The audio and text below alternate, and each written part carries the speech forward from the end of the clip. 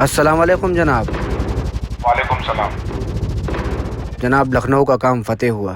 तुझे पता है आगे क्या करना है? जी जनाब, कल बारी मुंबई की। इंशाअल्लाह।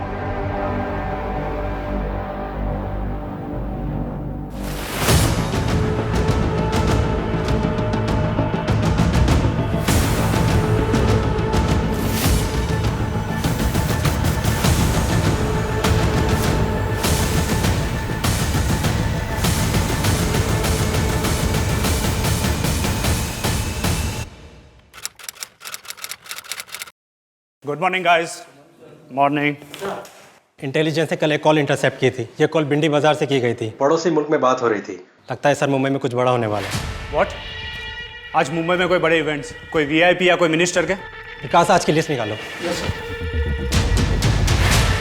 सर मिनिस्टर सीएससी सेशन पर आने वाले हैं। कितने बजे? सर 12 बजे। 9 बज गए। हम लोगों के पास गाइस सिर्फ 3 घंटे। टीम, सीएसटी स्टेशन के आसपास के सारे सीसीटीवी कैमरा खंगालना शुरू कर दो और सीएसटी के पास हमारी जो टीम है उसको भी अलर्ट कर दो। क्विक गाइस, हम लोगों के पास टाइम नहीं है। Quick sir.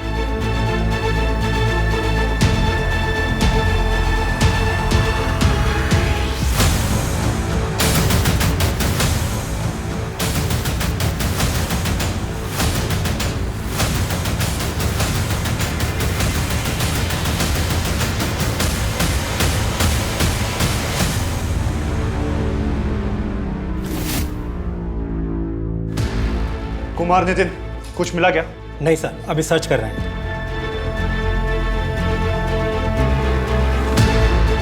जूम करो इसको। ये नहीं है।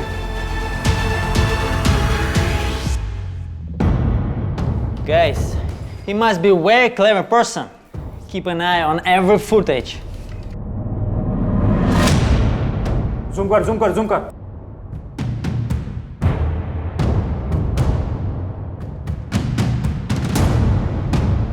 Hold on.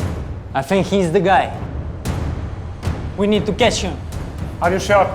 Yes, 100%. वागले को इसका ग्रैब भेजो तुरंत। कनेक्ट टू वागले। वागले, अजय है। एक ग्रैब भेज रहा हूँ तुम्हें। लोकेशन तुम्हारे आसपास ही है, उसे तुरंत उठा लो। पर ध्यान रहे पब्लिक को मालूम नहीं चलना चाहिए, नहीं तो पब्लिक पैनिक हो जाएगी।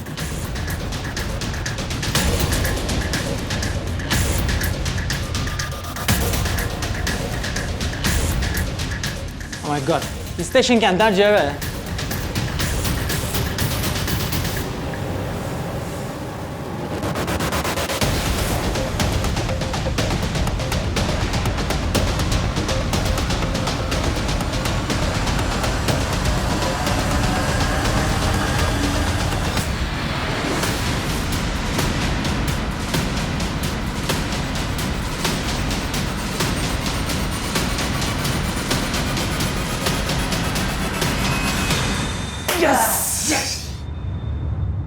Good job, guys.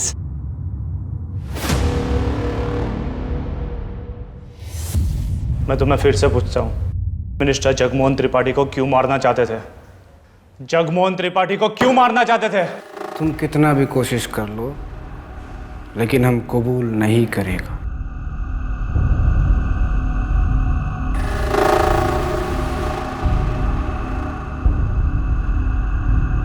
लगता है 9/11 भूल गए ये लोग। कहिए तो फिर से याद दिला दें।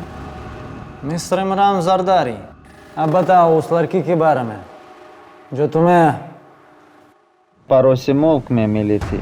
क्या उम्र थी उसकी? विकृत मानसिकता, भावहीन स्वभाव और चालाक दिमाग एक कुख्यात अपराधी की लिखित परिभाषा होते हैं। मनुष्य के कर्म, आचार, विचार और आंतरिक स्वभाव अक्सर उसकी अच्छी या बुरी प्रवृत्ति के साक्षी होते हैं। लेकिन जब ढोंग का जाल बहुत गहरा हो, भेड़ों के बीच उनकी खाल ओढ़कर कोई भेड़िया रह रहा हो, तब उस बेबाक अपराधी की पहचान करना बहुत मुश्किल हो जाता है। मैं आशुतोष राणा आपका स्वागत करता हूं क्राइम पेट्रोल के इस नए अध्याय शातिर क्रिमिनल्स में। इस अपराधी के खुराफाती दिमाग ने न सिर्फ देश भर की पुलिस प्रशासन और जनता को हिलाकर रख दिया था, बल्कि विदेशी ताकतों तक को अचंभित कर दिया था। अरे वाह, शर्ट मधला फोटो किती मस्त दिसतोय. कुर्ता पण छान दिसतो मला. Good job Kinjal.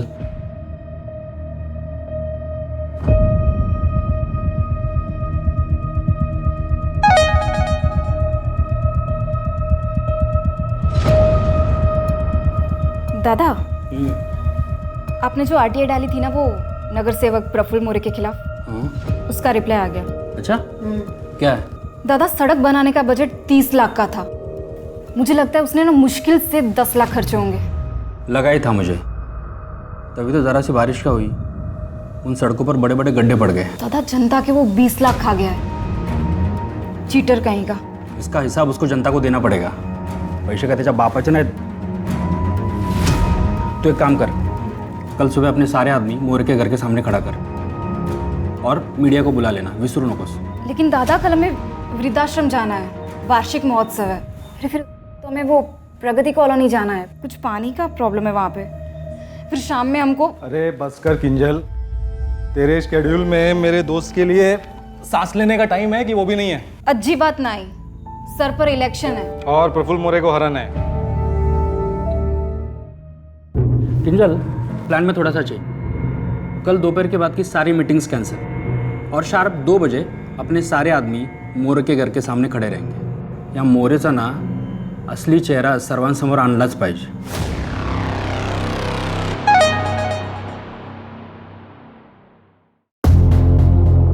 दादा, मी येते।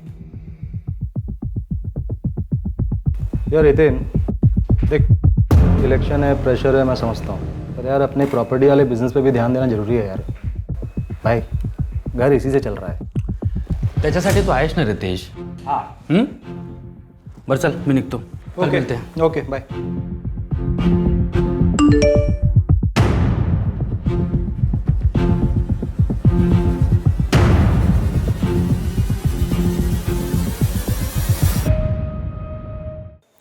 अरे तुम समझ ही नहीं रहे हो, ऐसा करके क्या हो जाएगा?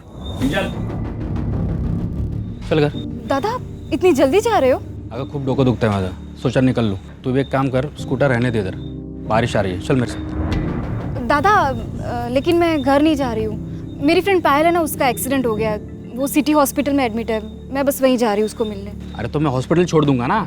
चल, बारिश आ रही है, चल जल्दी। बाद में कॉल करती हूँ।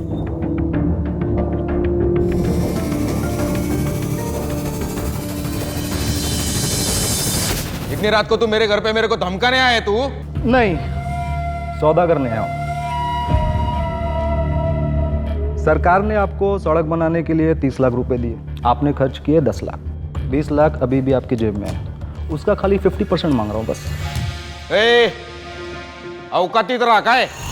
अरे आरटीआई से इंफॉर्मेशन निकाली है, गलत तो होगी नहीं ना? आपको चाहिए तो फिर से चेक कर लो। मगर हाँ, अगर आप नहीं माने तो आप बोलो, मैं ये फाइल लेके किसी मीडिया चैनल में बैठ जाता हूँ आपके खिलाफ। मीडिया में बैठेगा मेरे खिलाफ? वो तेरा वो बिजनेस पार्टनर हितेन साला नगर सेवक के लिए मेरे सामने खड़ा हो रहा है, हा? समाज सेवा की बड़ी बड़ी बातें कर रहा है, उसको पता है कि ये सब कुछ? अरे उसकी बात छोड़िए, लेकिन अगर आप नहीं माने तो फायदा तो उसका है, लेकिन नुकसान आपका होगा।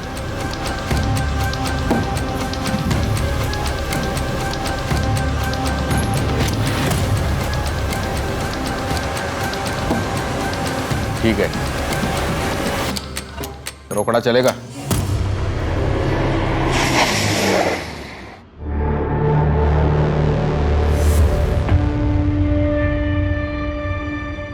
साले तेरी इतनी हिम्मत, मेरी गाड़ी रुकेगा तू? पिछली बार की मार भूल गया क्या? चले। मैं कुछ नहीं बोला हूं हितेन, और आज के बाद तू भी नहीं बोलेगा। दादा, अरे दादा, नहीं, दादा,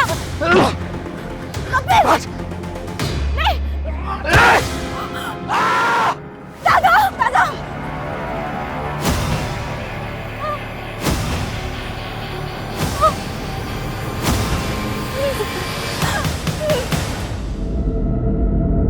आने वाला समय आपके लिए बहुत भारी है। आपके साथ पहले कुछ बुरा हुआ था बचपन में, जिसका असर आपके आज पर पड़ रहा है। आपके बचपन में आपकी माँ आपको छोड़कर चली गई थी। हाँ, लेकिन आपको कैसे पता? उसी की तो विद्या ली है मैं। योगेश जी, इससे बाहर निकलने का कोई तो उपाय होगा। देखिए, आप कुछ भी कीजिए, बस मुझे किसी भी कीमत पे सत्ता चाहिए। कुछ चीजें बदलनी होगी घर में और ग्रहण निकालना होगा। ग्रहण? मैं समझा नहीं, कहाँ से निकालना होगा? आपके घर के पीछे की तरफ एक खाली जमीन है, वहां से।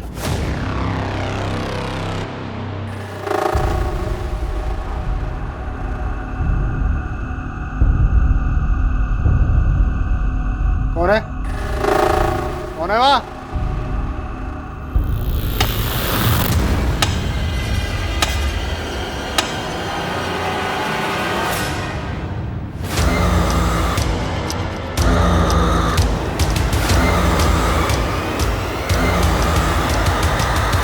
ए लड़की, कौन हो तुम?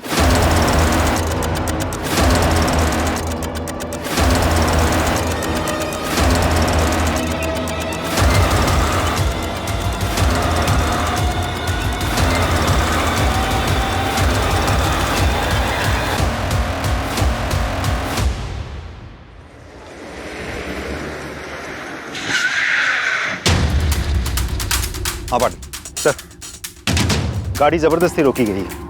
ये देखिए स्किड मार्क।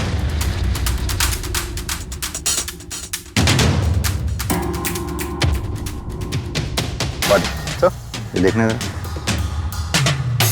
किसी की चबाई हुई लगती है। एविडेंस बैग में डालो उसको। सर, और बॉडी कहाँ है? सर इस तरफ आइए।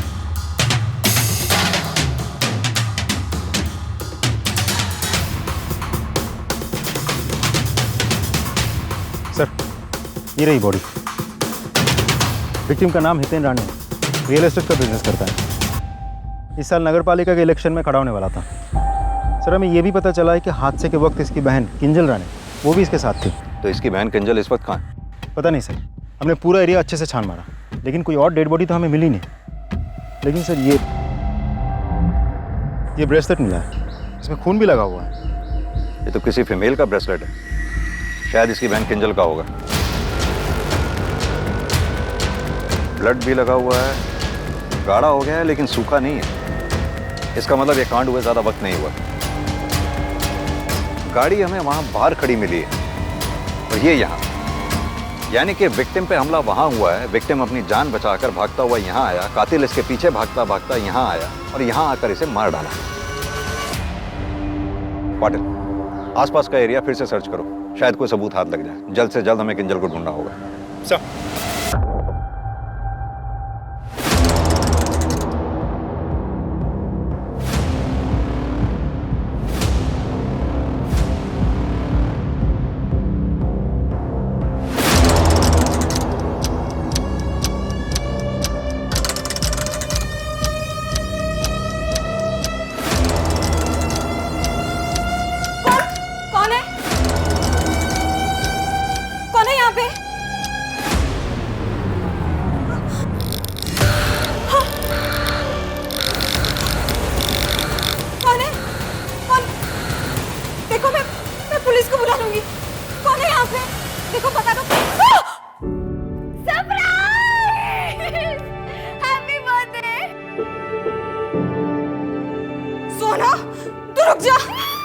जान निकाल दी थी। अरे यार, अरे सॉरी, दोबारा नहीं सॉरी सोना।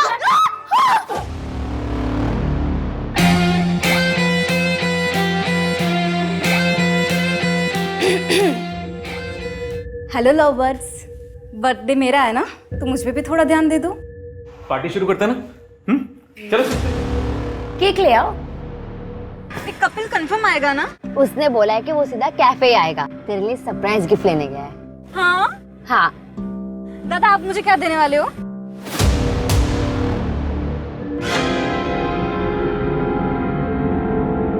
कपिल, साले कपिल, तू इतना गिर गया कि के साथ जबरदस्ती करेगा। देखो ना, मेरी बात तो सुन यार। क्या बात सुनूं तेरी? क्या बात करें? क्या बात किया? किंजल, फोन लगा पुलिस को।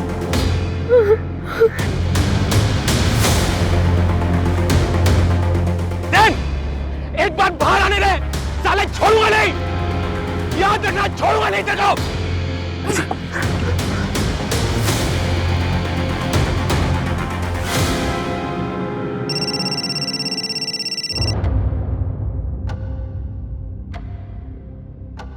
हेलो, हितेन राणे मर चुका है।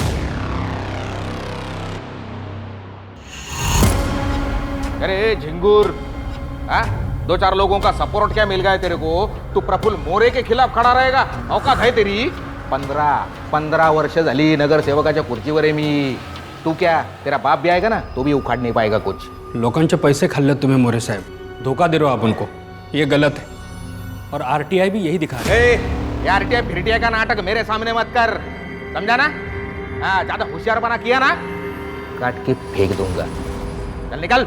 घेऊन जा रे याला. सर, हितेन का बिजनेस पार्टनर रितेश, हितेन के मर्डर वाली रात से ही गायब है. उसका फोन भी बंद आ रहा है. सर, हितेन की बीवी आई सर. बुलाओ. सर, हितेन तो बहुत अच्छे आदमी थे, वो तो सबकी मदद करते थे, फिर उनके साथ. अब बैठिए प्लीज. आप कहिए, क्या कहना चाहती हैं? वो किंजल कहाँ है? किंजल को हम ढूंढने की पूरी कोशिश कर रहे हैं. हमें लगता है किंजल को किडनैप किया गया. एक बात बताइए, क्या किंजल का कोई बॉयफ्रेंड था? नहीं सर, उसने ऐसा तो कुछ मुझे कभी नहीं बताया. कुछ भी आपको याद आए हमें जरूर बताइएगा. किंजल के बारे में छोटी सी छोटी बात हमारे लिए बहुत मायने रखती है. जी सर.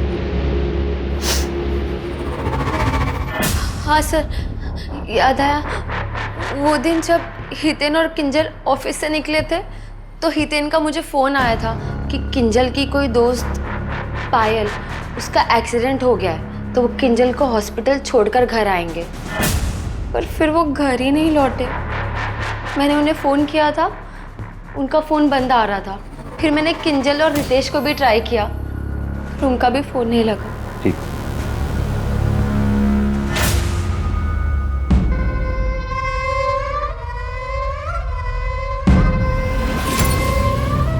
ये सब क्या चल रहा है? जब भाभी जिंदा थी आप तब भी ऐसे ही करते थे. अरे क्या बुराई है इन कपड़ों में? और वैसे भी कपड़े हमने पहने हैं, तुम्हें क्यों मिर्ची लग रही है? आप कहना क्या चाहते हैं कि आप उन लोगों की तरह हैं? आवाज नीची करके बात करो. भाई हैं तुम्हारे, अभी तुम्हारे दूध के दांत भी नहीं गिरे हैं. ये सब तुम्हारी समझ में नहीं आएगा. जाओ जाके सो जाओ. ए लड़की, कौन हो तुम? आपका दिमाग फिर गया है भैया. हमने कहा जाके सो जाओ. मुझे आपको अपना भाई कहने में भी शर्म आती है.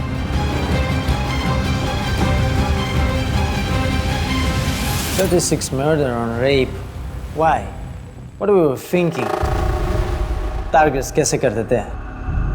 रीना मालिक, ये लास्ट विक्टिम थी ना? डिम्पल, गड्ढे आते थे उनके गाल पे, हमको बहुत पसंद है. पहले मुस्कुरा के उन्होंने हमको अपना दीवाना बनाया, फिर हम उनको अपने पास रखना चाहता था, दुनिया से दूर संभाल के अपने लिए.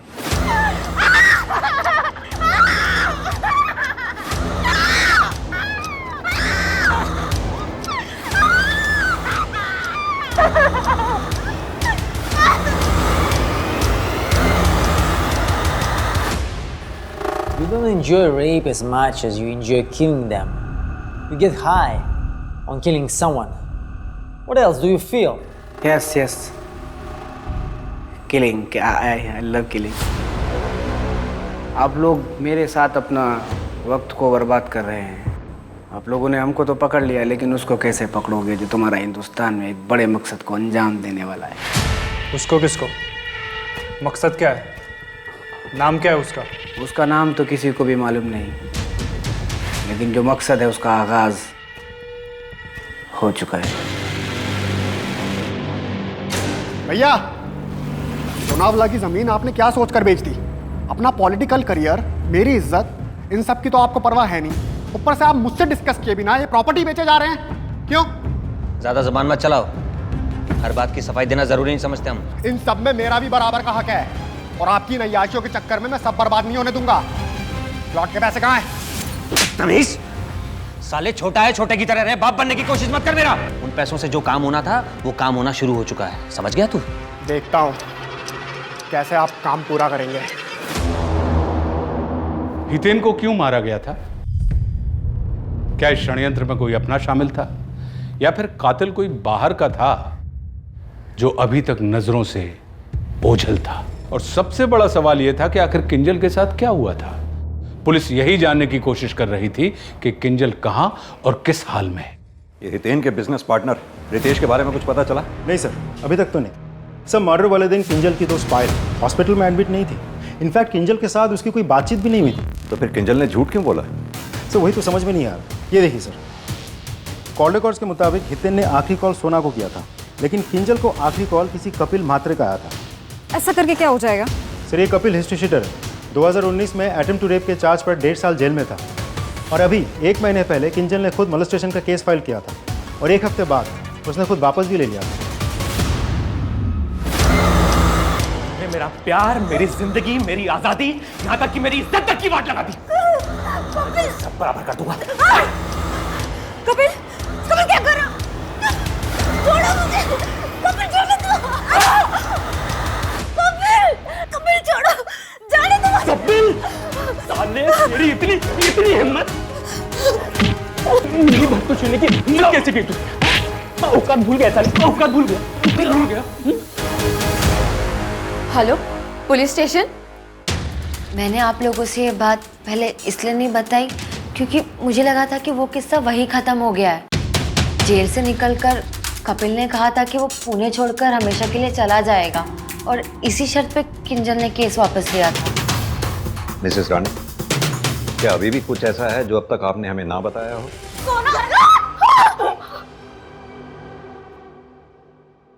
नहीं सर।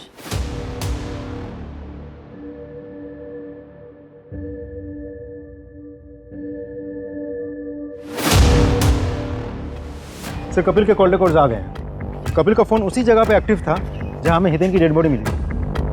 पाटिल, काफी चांसेस हैं कि किंजल को कपिल ने ही किडनैप करके कहीं रखा हो। ये कपिल को जल्द से जल्द ढूंढना होगा। सब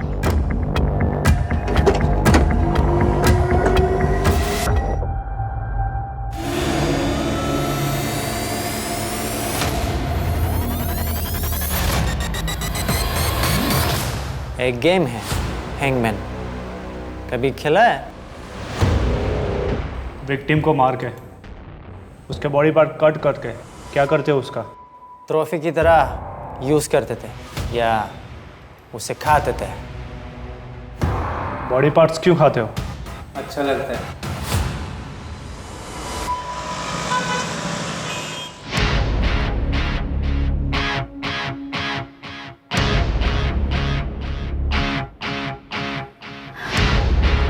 थैंक यू सो मच।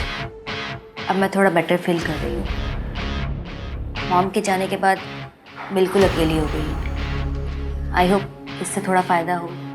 बिल्कुल होगा। 2 हफ्ते के अंदर तुम्हें तुम्हारा ट्रू लव मिल जाएगा।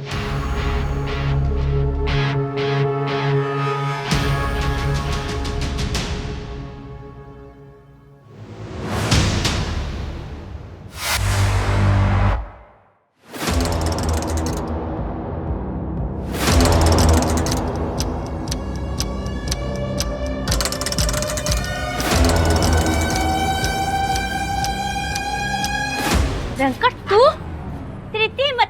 हाँ, निकल यहाँ से, निकल, निकल, वरना मैं पुलिस को बुलाऊंगी। निकल यहाँ से।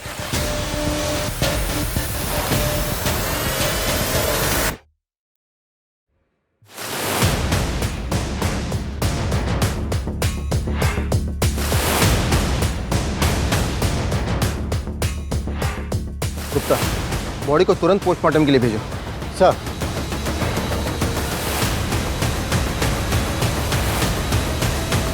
कपिल और सोना ये दोनों 2 साल पहले तक एक दूसरे को डेट कर रहे थे, लेकिन सर मैंने सोना के कॉल रिकॉर्ड चेक किए हैं। पिछले 1 साल में ये दोनों एक दूसरे के साथ कांटेक्ट में नहीं है। करीब 2 साल पहले किसी श्रेया नाम की लड़की ने इसी कपिल के खिलाफ अटेम्प्ट टू रेप का केस फाइल किया था ना? हाँ सर, मैंने उस केस की जजमेंट कॉपी पढ़ी है।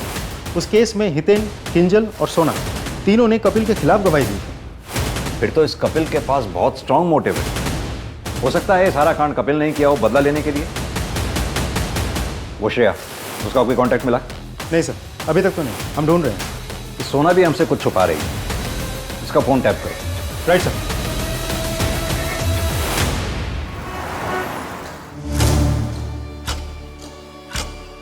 ये पाक आब है, मैंने दुआ पढ़ी है। इसे आप अपने शौहर को खाने में मिला कर दे देना। जी। अल्लाह बहुत जल्द आप दोनों पर मेहरबान होंगे। सच में मौलवी साहब? अब ये छोटी सी भेंट है मेरी तरफ से। सर, मथुरा नगर वाले मर्डर की पोस्टमार्टम रिपोर्ट आ गई है और मैंने बाकी के रिपोर्ट।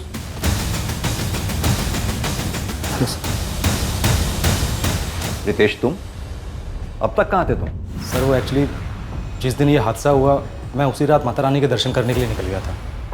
रास्ते में नेटवर्क नहीं था तो कुछ पता ही नहीं चल पाया सर। सर मैं तो अब भी शॉक में हूँ। हितेन सिर्फ मेरा बिजनेस पार्टनर नहीं था सर, मेरा बेस्ट फ्रेंड भी था। तुम्हारी और हितेन की किसी के साथ कोई दुश्मनी? रियल एस्टेट एजेंट या फिर कोई बिल्डर? नहीं सर, ऐसा तो कुछ नहीं था। और वैसे भी हितेन सबके साथ बहुत अच्छे से रहता था, सिवाय प्रफुल्ल मोरे के। सर देखिए, ये बात तो हर कोई जानता है कि आने वाले कॉर्पोरेटर के इलेक्शन में ये लोग दोनों एक दूसरे के सामने खड़े थे, तो एक दूसरे के खिलाफ थे बस, और ऐसा कुछ नहीं था। ये चोट कैसे लगी? सर एक एक्सीडेंट हो गया था छोटा सा। सर और कुछ पूछना है आपको? जा सकते हो। Thank you. रोकड़ा चलेगा? दौड़ेगा। रोकड़ दे त्याला। ये आप ठीक नहीं कर रहे।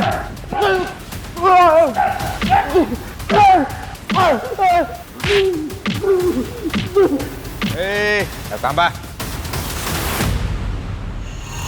जरा मरल ना ते।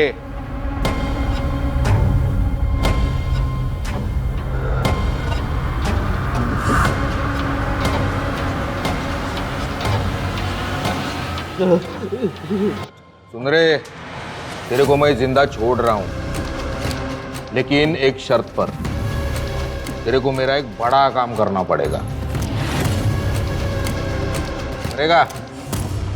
Good boy. या तो आप सुधर जाइए और हम साथ मिलकर बच्चा करने की कोशिश कर सकते हैं, और या फिर मैं अम्मी अब्बू को अभी जाके सब कुछ सच सच बताती हूँ कि आपका बाहर अफेयर चल रहा है। धमकी दे रही है तुम मुझे? मैं अब और सहन नहीं करने वाली हूँ। तेरी ये मजाल? हाँ? बस बस अब बहुत हो चुका। अगली बार मेरा हाथ आपको रोकने के लिए नहीं, आपको जवाब देने के लिए उठेगा।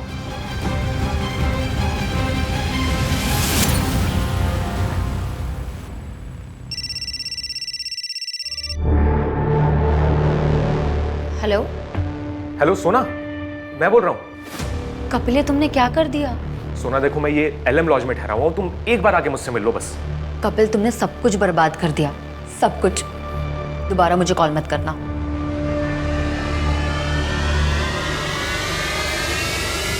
बेटा, जब पुलिस से छिपते हैं ना तो अपनी एक्स गर्लफ्रेंड को फोन नहीं करते। सर मैंने किया। श्रेया, क्या हुआ? इतनी जल्दबाजी में क्यों बुलाया मुझे? कपिल, एक्चुअली मैं तुम्हें थैंक्स बोलना चाहती थी। अगर तुमने मेरी हिम्मत नहीं बढ़ाई होती तो मैं अपने अब्यूसिव बॉयफ्रेंड से कभी ब्रेकअप नहीं कर पाती। अरे इट्स ओके यार, कोई बात नहीं। पर यार मैं अभी थोड़ी सी जल्दबाजी में हूँ। वो किंजल का बर्थडे है ना, तो सब लोग आने वाले हैं वहाँ, तो मैं अभी चलता हूँ। मैं If you don't mind, just 2 minutes, please.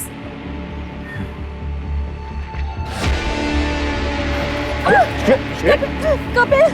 प्रिया क्या कर रही हो तुम? हम ये कैसे मान लें तुम्हारी ये कहानी सच है या नहीं? श्रेया बोली कि तुम मान लेंगे सर। श्रेया? कहाँ है श्रेया? सर, जब किंजल ने मुझ पे मॉलेस्टेशन का केस फाइल किया तो मैंने श्रेया को ढूंढा, और जब श्रेया मिली तो उसे अपने किए पे काफी शर्मिंदगी थी, इसीलिए मेरी मदद को राजी हो गई थी। और उसके बाद उसने किंजल को फोन किया और मिलने बुलाया। तेरे भैया हितेन ने मुझे काफी पैसे दिए थे छोटा केस करने के लिए। वो सोना से शादी करना चाहते थे। रियली सॉरी कपिल, मुझसे बहुत बड़ी गलती हो गई, प्लीज मुझे माफ कर दो। मैं भी श्रेया की तरह दादा की बातों में आ गई। Really sorry. दादा, कल की मीटिंग फाइनल कर रही हूँ। दादा? दादा क्या बात है, परेशान लग रहे हो? कपिल जेल से बाहर आ गया है, बार बार कॉल कर रहा है सोना। कपिल, सोना का पास्ट था और मुझे पता है वो कभी भी उससे बात नहीं करेगी। अगर कर ली तो क्या होगा? अगर सोना ने उसकी गलत बातों में आके मुझे छोड़ दिया ना तो मैं सुसाइड कर लूंगा। दादा काय बोलतोय तुम्ही? किंजल, फक्त तूच माझी मदत करू शकतेस प्लीज। मैं बस उस कपिल को ना हमेशा के लिए यहाँ से भगाना चाहता हूँ। That's it. दादा काय करूँ? सांग, कभी मुझे सारी असलियत का पता चल गया। I am really sorry. It's okay, मैं तो तुम्हें सिर्फ सच्चाई बताना चाहता था। कपिल क्या कर रहे हो? क्या कर रही हो तुम? कपिल छोड़ो मुझे। और ये बात हम किंजल से पूछकर कंफर्म नहीं कर सकते क्योंकि बहुत कन्वीनियंटली किंजल गायब है। उस दिन क्राइम सीन पे क्या हुआ था? कपिल, पूरा दिमाग खराब है क्या? ऐसे तो सब बर्बाद हो जाएगा। तुम वापस जेल जाना चाहते हो क्या? देखो कपिल, मैं सोना से बात कर लूंगी, लेकिन अभी तुम यहाँ से जाओ।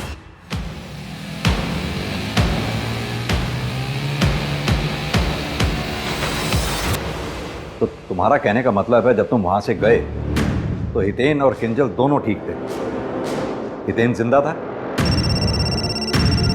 Excuse me sir. Hello sir, एक और डेड बॉडी मिली है।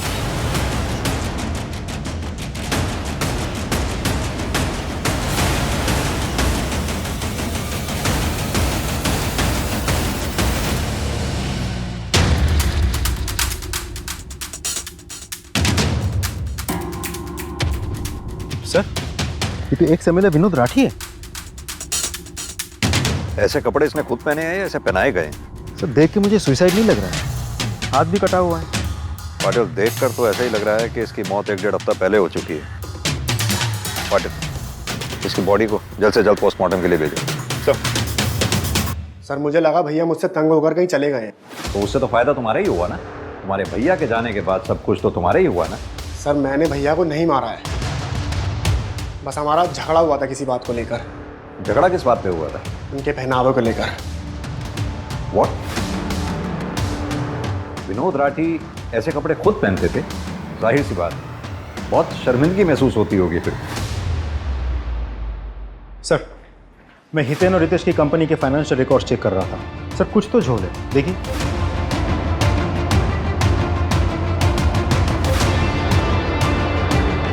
पिछले 6 महीनों में इन लोगों ने 9 बड़ी प्रॉपर्टीज बेची हैं। काफी अच्छा टर्नओवर रहा हो। Right sir. और अजीब बात तो ये है कि सारी की सारी प्रॉपर्टीज या तो पॉलिटिकल लीडर्स ने या उनके फैमिली मेंबर्स ने खरीदी है। सर, उससे भी बड़ी बात यह है कि ये वही 9 नेता हैं जिनके लिए हितेन ने लास्ट ईयर आरटीआई फाइल किया था। पाटिल, ये तो बहुत बड़ा स्कैम है। यानी कि ये लोग आरटीआई से इंफॉर्मेशन निकालकर उन पॉलिटिकल लीडर्स को ब्लैकमेल कर रहे थे। एक काम करो, रितेश को उठाओ और तोड़ो, पता करो इस कांड में उसके साथ और कौन कौन शामिल था। सर, ये तो पूरा गेम ही पलट गया। सर, बात शॉकिंग तो है। और सिर्फ यही नहीं, मेरी तो बात ये भी समझ में नहीं आ रही कि विनोद का इस तरह से हाथ क्यों काटा गया। सर, एक मर्डर हुआ है। विनोद राठी नाम है विक्टिम का। राइट हैंड काटा गया है और बॉडी को पेड़ से लटकाया गया है। व्हाट? हैंगमैन जैसा? यस सर, कंट्रोल रूम से इन्फॉर्मेशन आई थी। मैंने फ्रैंक सर को भी इन्फॉर्म कर दिया है। हमें उस केस के इन्वेस्टिगेशन ऑफिसर से बात करनी पड़ेगी। ऑलराइट सर, मैं मीटिंग फिक्स करता हूँ। कुमार, अभी तक हमने इंडिया में 47 क्रिमिनल्स को इंटरोगेट किया है। ही इज पेशाई मशहूर। इनका एक केस है सोफिया डे सूजा का, और उसका किलर का मोडुस ऑपरेंडी हमारा कस्टडी में एक सीरियल किलर का उससे मैच होते हैं। एजेंट फ्रैंक, आप और आपकी research both sound interesting. Thanks. इस रिसर्च का पर्पस क्या है? एक्चुअली हम पूरे वर्ल्ड के सीरियल किलर्स और उनका बिहेवियर का डेटा कंपाइल कर रहे हैं।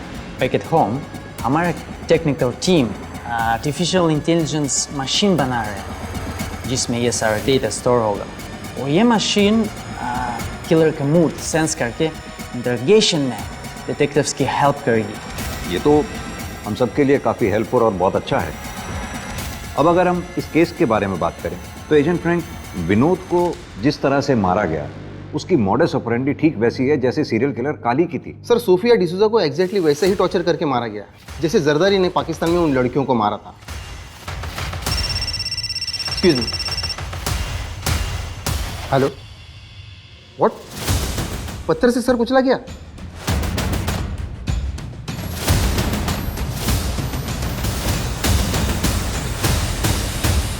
Stoneman in our custody, one of the 47 serial killers. लेकिन सर सोफिया के मर्डर से 2 दिन पहले ही जरदारी को अरेस्ट कर लिया गया था। जरदारी उसका किलर नहीं हो सकता। सर विनोद का मर्डर पुणे में हुआ था, लेकिन ठीक उसी वक्त दिल्ली में काली दूसरा मर्डर कर रहा था, जिसके लिए वो बाद में पकड़ा भी गया था। एंड ऑल्सो जिस वक्त नज़मा का मर्डर हुआ सतीश हमारे कस्टडी में था। आप लोग ये कहना चाहते हैं हम 3 अलग अलग सीरियल किलर्स को ढूंढ रहे हैं, या फिर कोई एक शख्स है जो इन सीरियल किलर्स को फॉलो कर रहा है, कॉपी कर रहा है? नहीं सर, मुझे नहीं लगता इन तीनों मर्डर्स के बीच आपस में कोई कनेक्शन है। वेंकट एक स्टॉकर था, तो ऐसा हो भी सकता है कि वेंकट ने ही सोफिया को टॉर्चर किया और उसे मार डाला। और ये भी हो सकता है कि विनोद का भाई प्रमोद वही कातिल हो और हमें सिर्फ उलझाने के लिए जानबूझकर उसने विनोद का हाथ काट दिया हो। अब बाकी बची नज़मा, आई एम श्योर उसके केस में भी हमें आगे जाके सस्पेक्ट्स मिल ही जाएंगे। जरदारी कुछ बोल रहा था, लेकिन उसको कैसे पकड़ोगे जो तुम्हारा हिंदुस्तान में एक बड़े मकसद को अंजाम देने वाला है? ये हिंदुस्तान में कुछ बड़ा होने वाला है।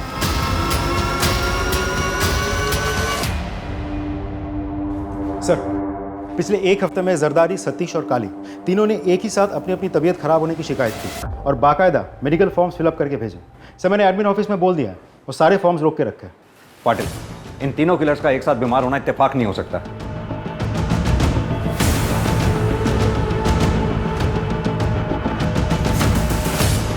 क्या बड़ा होने वाला है? बहुत बड़ा कुछ होने वाला है। बहुत बड़ा क्या होने वाला है? कौन करने वाला है? वो शातिर है, वो हम सबसे भी ज्यादा सुपर हीरो है। वो आप लोग उस तक कभी नहीं पहुंच पाओगे, उसको कभी हरा पाओगे नहीं। नाम क्या है उसका? नाम तो किसी को नहीं पता, और ना ही किसी ने आज तक उसकी सूरत देखी है। उसकी सूरत सिर्फ उसके शिकार ने देखी होगी। अब समझ में आया। तुम लोग यहां बैठकर हमारा टाइम वेस्ट कर रहे हो सुपर हीरो की कहानियां सुना सुना के, जबकि दरअसल कोई एक क्रिमिनल है ही नहीं। ये तीनों मर्डर्स अलग अलग लोगों ने किए हैं, दैट्स ऑल।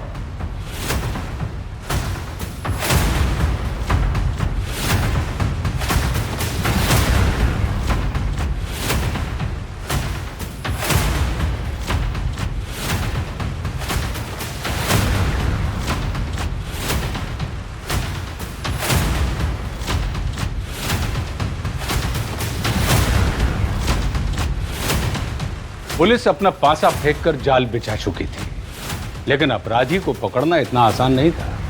शिकार शिकारी से 2 कदम आगे था। क्या ऐसे में उसका जाल में फंसना केवल एक अधूरी मंशा ही बनकर रह जाने वाला था?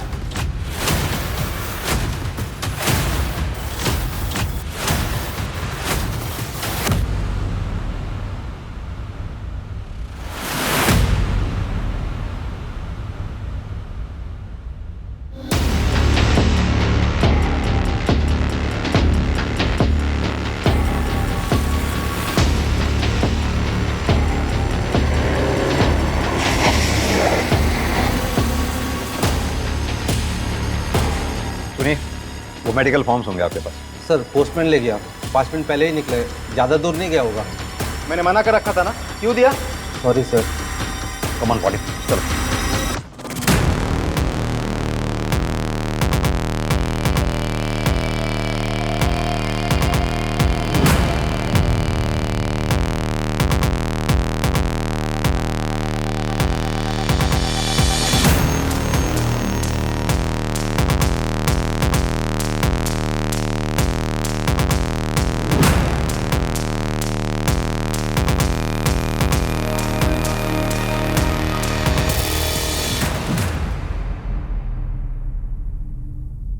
क्या लिखा है इसमें?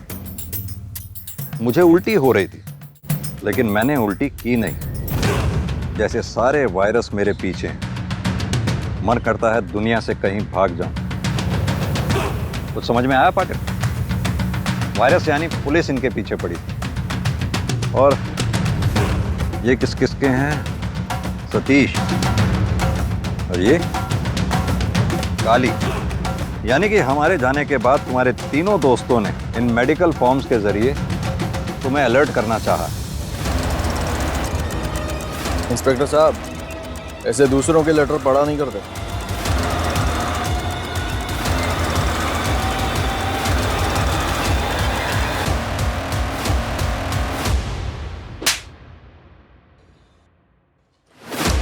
ये 2 ब्रेसलेट्स हमें मिले। ये तेरे घर से मिला, ये क्राइम स्पॉट से। किंजल का है ये। कहाँ है किंजल? बहुत आसान था उसे बेवकूफ़ बनाना, मेरे प्यार के जाल में फंसाना। क्या कर रही है तू?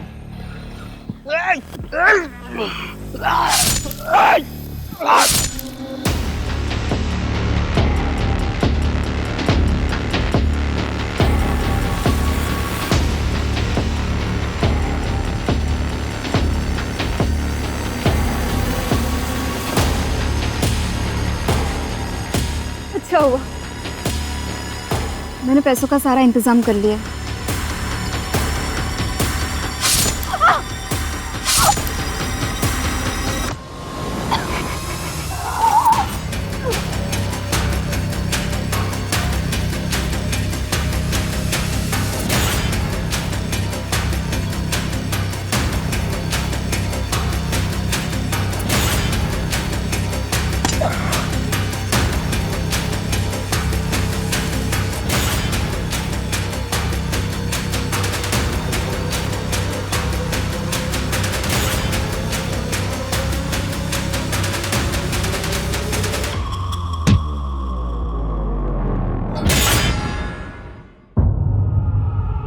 इन सीरियल किलर से क्यों और कैसे कांटेक्ट किया करता था? 5 साल पहले जब इमरान पहली बार पुणे आया था तब मेरी उससे मुलाकात हुई थी, और सतीश तो मेरा क्लाइंट ही था।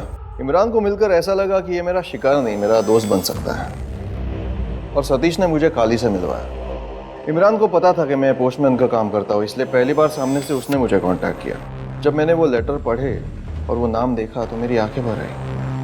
बकवास बंद कर, सीधी तरह से ये बता कि विक्टिम्स को क्यों मारा तूने? 2 वजह है सर।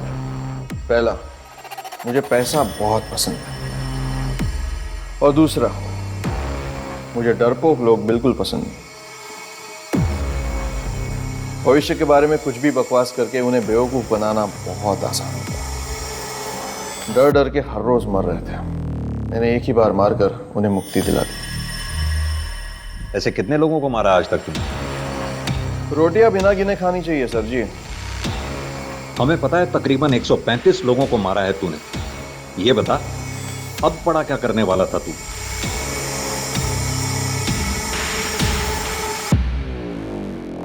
जितने क्रिमिनल से बात हुई, यह सबसे अजीब लग रहा है। I am intrigued. Yes, I agree agent Frank.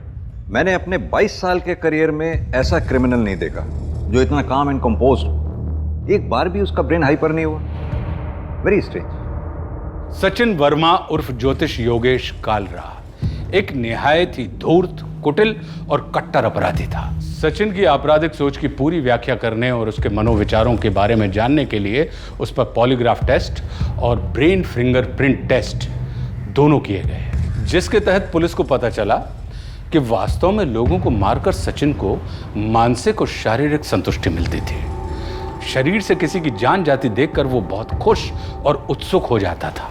दुनिया में सचिन जैसे ढोंगी और साजिशखोर भरे पड़े हैं। इसलिए ज़रूरी है कि हम हमेशा अपनी आंखें खुली रखें, क्योंकि किसी भी क्षण हमारे विश्वास और हमारे डर को हमारी कमजोरी बनाकर हमारे खिलाफ ही इस्तेमाल किया जा सकता है। और दांव पर सिर्फ हमारी संपत्ति ही नहीं, हमारी अपनी और अपनों की जान भी हो सकती है।